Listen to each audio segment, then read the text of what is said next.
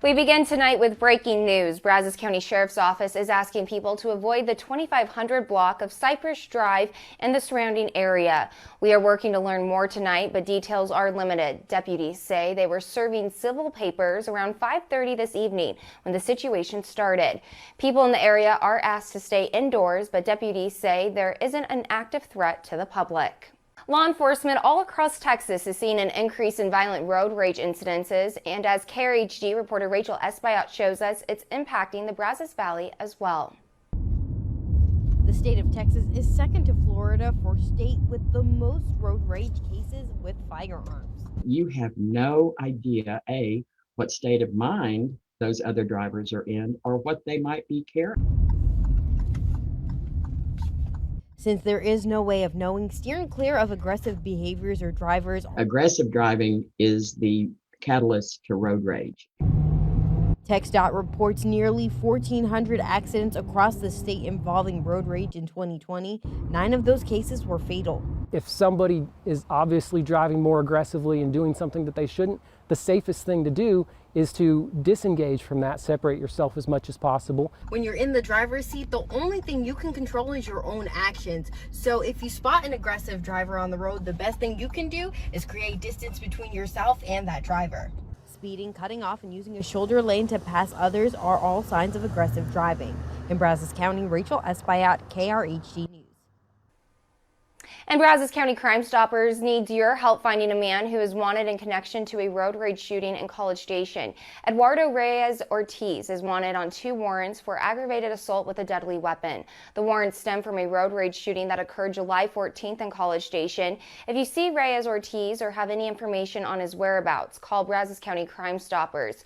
You could receive a cash reward for information that leads to his arrest. What is the difference between aggressive driving and road rage? The National Highway Traffic Safety Administration defines aggressive driving as tailgating, speeding, or blocking another car from passing, while it defines road rage as a violent intent towards another driver, such as running someone off the road, using a gun, or physically fighting another driver. Aggressive driving could get you a ticket, but road rage could get you jail time.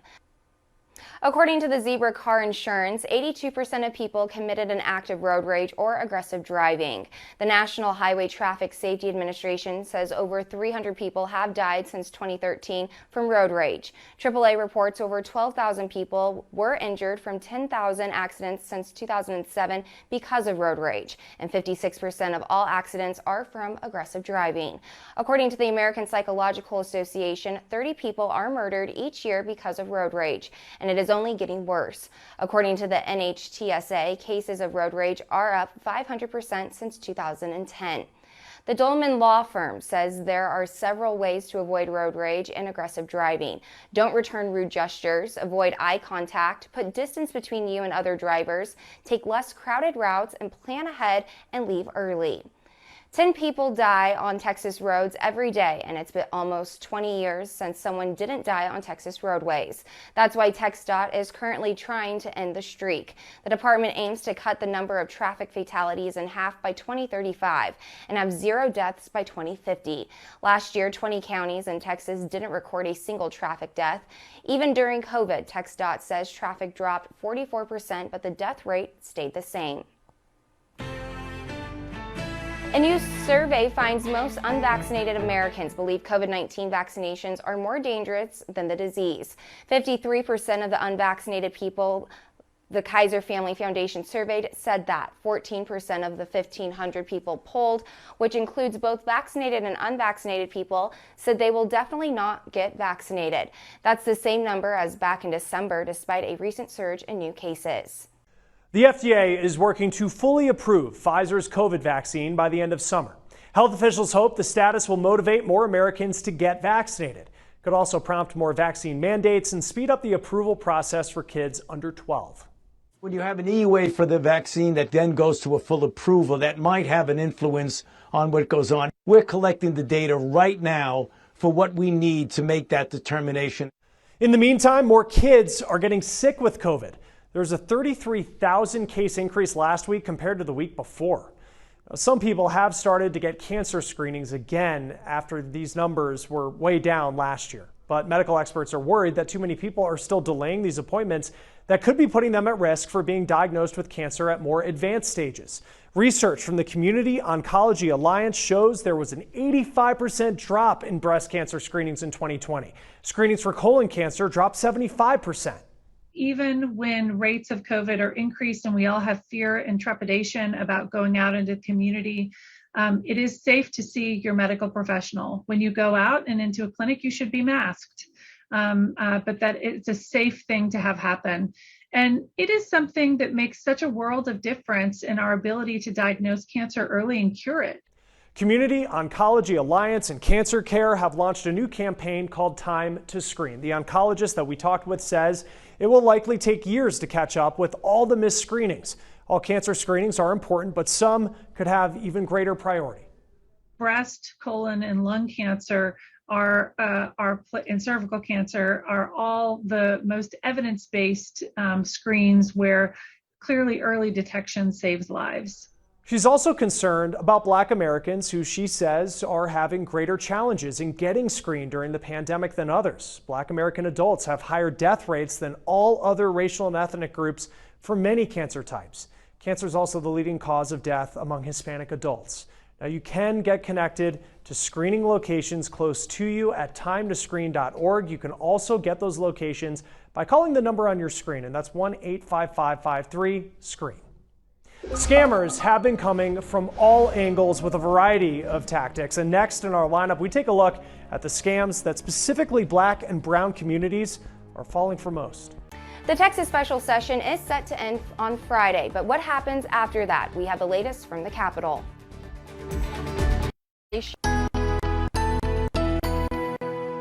The current special session is set to end Friday, but what happens next? Nothing was passed after House Democrats broke quorum and went to D.C. Governor Abbott promised to call more special sessions until his priorities are passed, but did not say when he'll start the next one.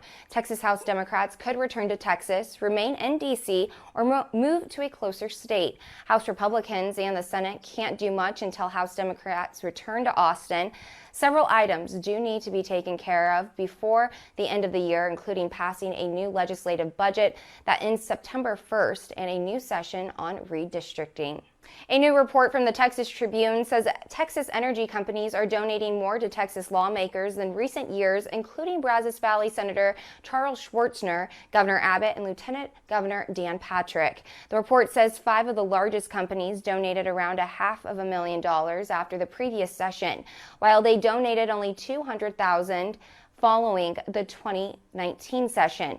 A University of Texas professor said the energy companies rewarded lawmakers after some say the companies got off easy from the session following the winter storm. The U.S. Customs and Border Protection says a group of agents and officers have started wearing body cameras. The department says it is so they can reinforce trust and transparency. The agency started studying the use of body cams in 2014. It will roll out the use of all cameras to all 45,000 of its officers and agents in phases. CBP expects to have 6,000 cameras by the end of the year.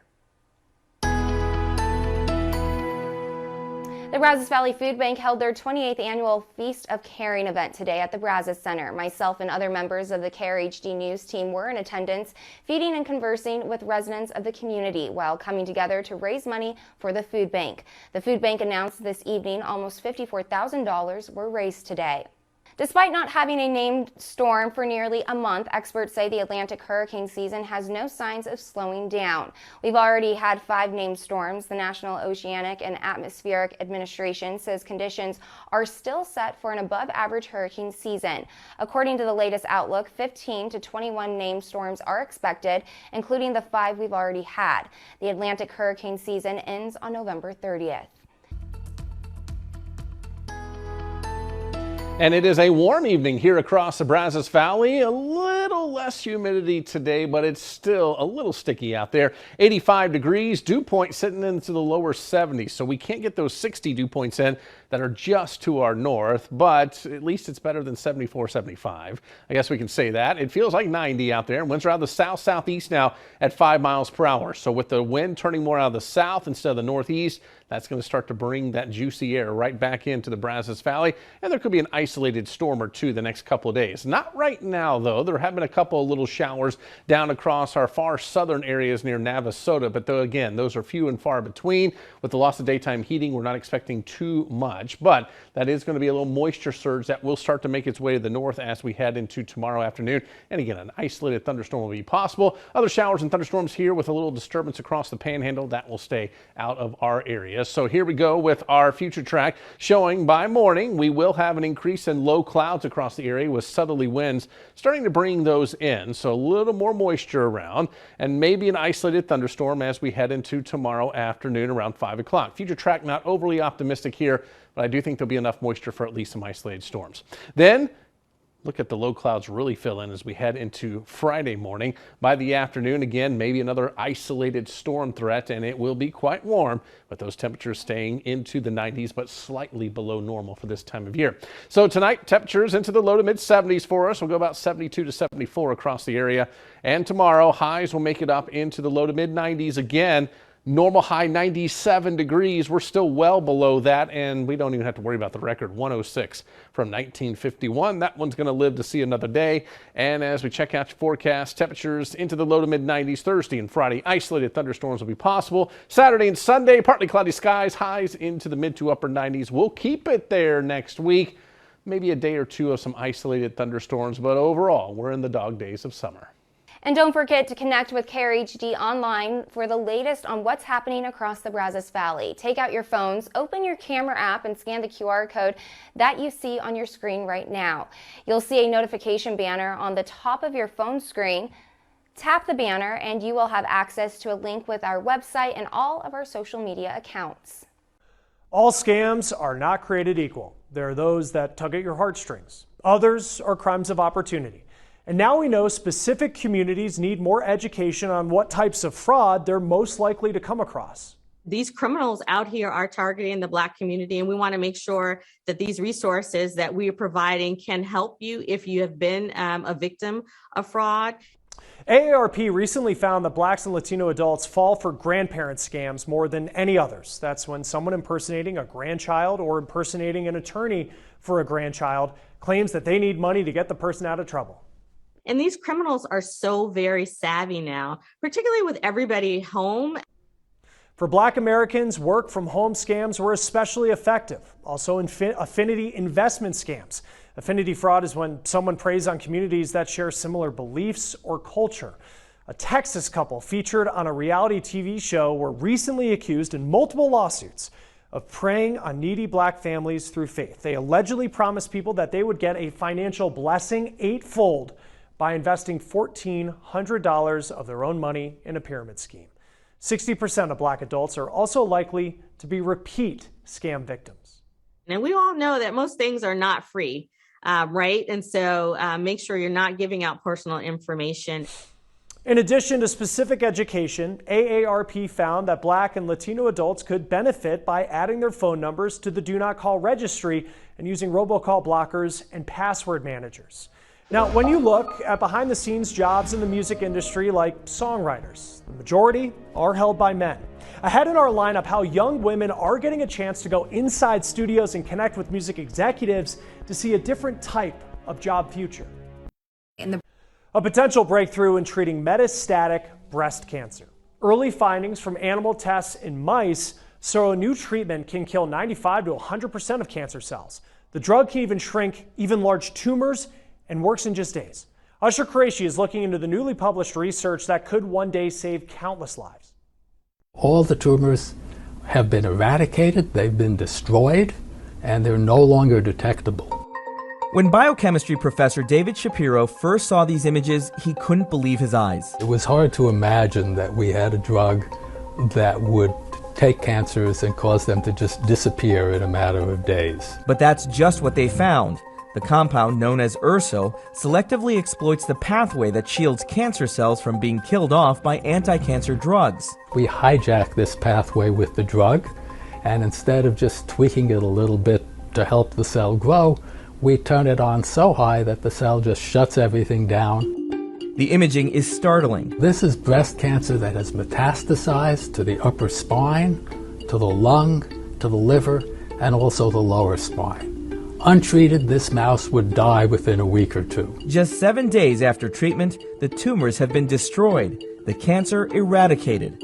4 months later, without additional treatment, no detectable tumors. We have been making these kinds of drugs for over a decade, and none of them ever did anything remotely like that. Professor Shapiro and his team of scientists at the University of Illinois at Urbana-Champaign published their findings in the journal Science Translational Medicine.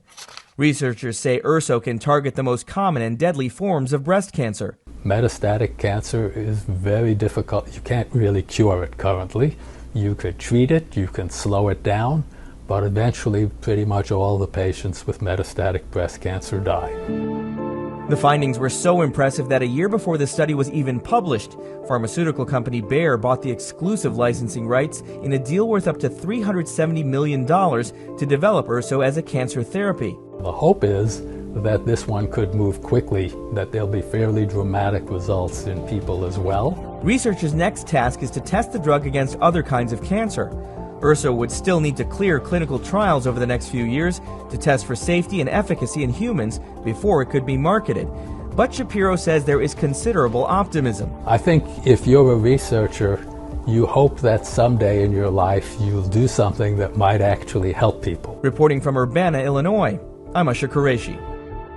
The Grammys just committed to more diversity for next year's show. The Academy is now requiring producers recruit and hire more diverse candidates to work backstage and in front of cameras. It's part of an initiative created in part with groups like Color of Change. The groups are working to create new rules to undo racial exclusion within the entertainment industry.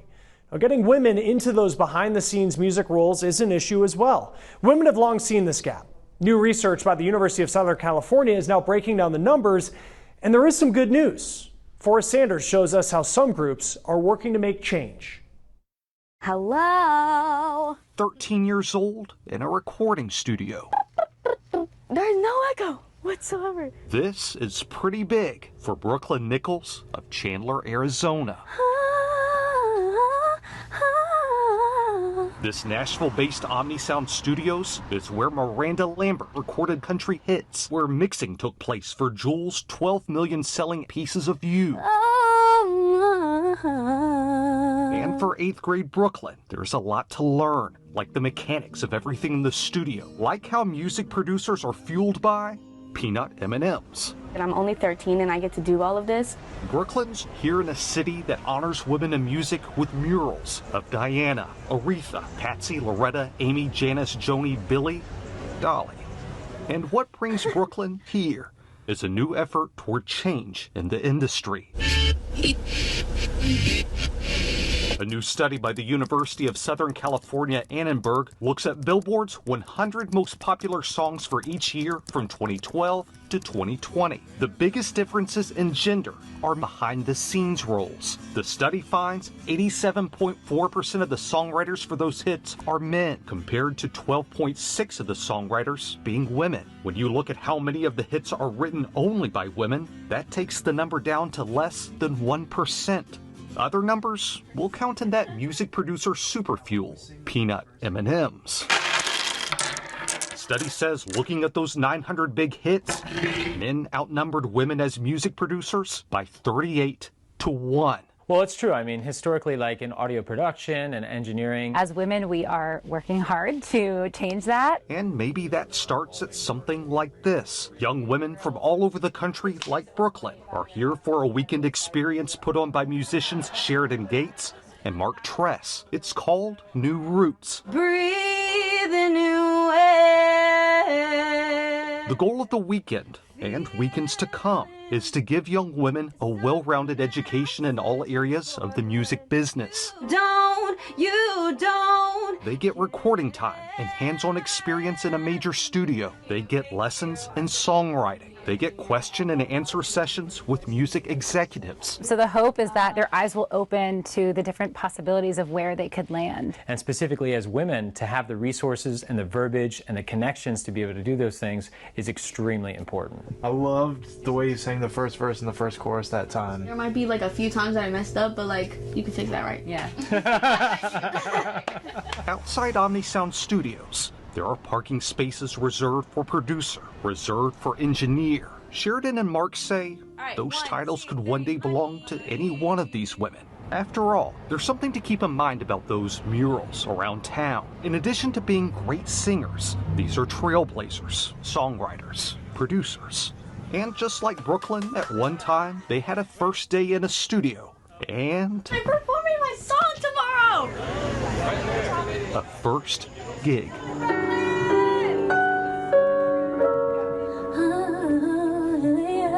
That's why I'm still alone. Somebody's got you close when you told me that you weren't ready. We are focused on helping these younger female artists feel empowered. Pass the peanut M&Ms.